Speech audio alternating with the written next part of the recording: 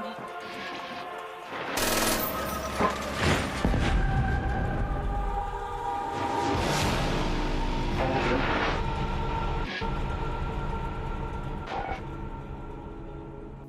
I'm Ryan, games writer for Xbox.com.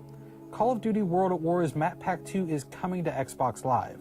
We went to Treyarch Studios so we can show you Corrosion, Bonsai, Subpens, and Shinonuma on Inside Xbox. Let's start with Corrosion.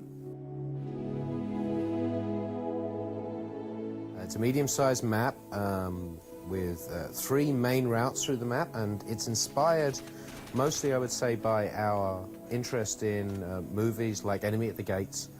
Actually, it started with the center room, which is the sulfur processing plant.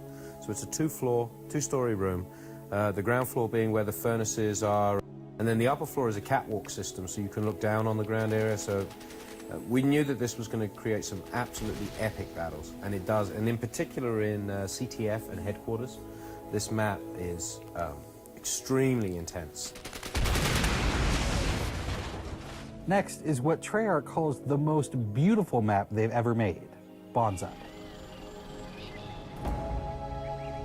The name for this map in development was Kwai because it was inspired by the bridge over the River Kwai.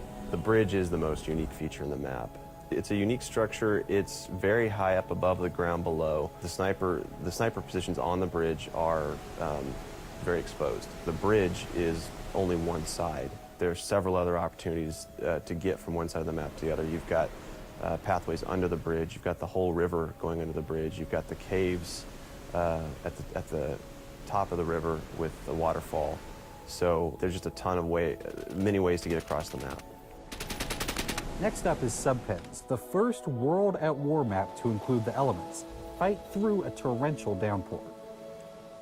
So Subpens is it's actually a Japanese submarine docking station. It's a small to medium-sized infantry-based map. I guess you could compare it a little bit to Dome, which shipped with the game. It's bigger than Dome, but it is probably the second smallest map that we're going to have. In Subpens, each battle space is sort of compartmentalized from the neck. Every 5 seconds, you're going to be in a different area, which is going to feel completely different when you're battling it out with your opponents. Finally, there's the brand new Nazi Zombies map, Shinonuma, which brings 10 brand new achievements and 250 gamer score to Map Pack 2.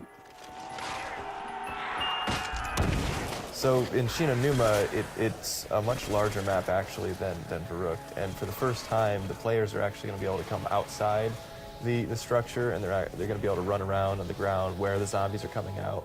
When you're in the swamp itself, you know, there's a traditional mechanic where you can buy boards back on the windows and board up the windows. But when you actually leave the structure and you're in the swamp, the zombies are coming from all directions, and there's no way to prevent them from coming into the swamp. So you have to tactically consider, you know, is it worth it to run from this structure to the next structure? You'll see a couple of new traps that we've added. There's one that we're calling the Flogger. You're looking at it right now. Originally, it was called the Log Flinger. It's basically just a big, a couple of logs with spikes sticking out of them that rotate if you turn it on. We had some great moments here where we were playing 4-player co-op, and 3 of the players had gone down, and we're in spectator camera, and the last player, which was our best player, was just running from building to building, hitting all the traps just to stay alive, and it was pretty amazing. Look for Call of Duty World at War's Map Pack 2 coming soon. Thanks for watching Inside Xbox.